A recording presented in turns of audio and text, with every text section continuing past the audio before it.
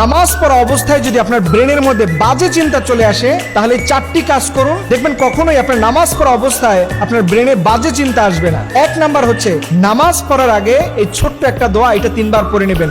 আপনি পড়বেন আউযু বিল্লাহি মিনাশ শাইতানির রাজিম, এইটা আপনি হৃদয় থেকে 3 বার পড়বেন, দেখবেন আল্লাহ তাআলা শয়তানের ওয়াসওয়াসা থেকে নামাজের মধ্যে আপনাকে বাঁচিয়ে দিবেন। 2 নাম্বারে এরপরেও যদি মনের মধ্যে বাজে চিন্তা চলে আসে, তাহলে মনে রাখবেন খিনজাব নামক একটা শয়তান আপনার কাঁধের কাছে বসে আছে।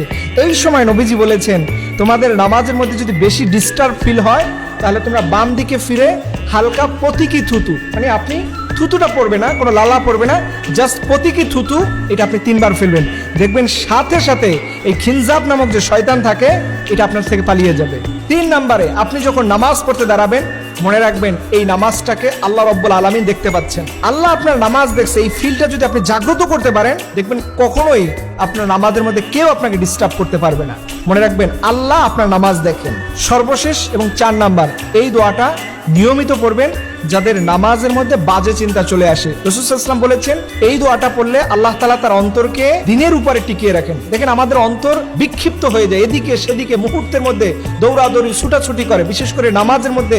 এর কারণ হচ্ছে আল্লাহর থেকে আমাদের অন্তরকে আমরা প্রোটেক্ট দিচ্ছি না। আল্লাহ নবী বলেছেন, ইয়া মুকাল্লিবাল কুলুব সাব্বিত কলবি আলা দীনিক, হে অন্তর পরিবর্তনকারী আমাদের আল্লাহ, আপনি আমার অন্তরকে দ্বীনের উপরে টিকিয়ে রাখুন।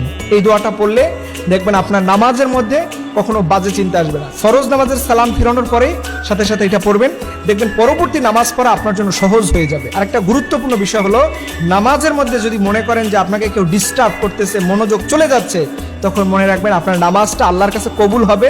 এটা যাতে কবুল না হয়, এর জন্য শয়তান আপনাকে ডিস্টার্ব করতেছে, আপনার মনোযোগ এদিকে সেদিকে নিয়ে যাচ্ছে। এবং বিশেষভাবে নামাজের আগে মোবাইল ফোন, অন্যান্য ডিভাইসগুলো থেকে দূরে থাকবেন, একটু জিকির আজকার করে নামাজে যাবেন, দেখবেন আপনার মনটা প্রশান্তি থাকবে। আল্লাহ রাব্বুল আলামিন আমাদের সবাইকে এমন নামাজ পড়ার তৌফিক দান করুক, যেই নামাজের মধ্যে যেন আমাদের কোনো বাজে চিন্তা না আসে। আল্লাহ সেই নামাজ পড়ার আমাদের তৌফিক দান করুক, সকলে আমিন।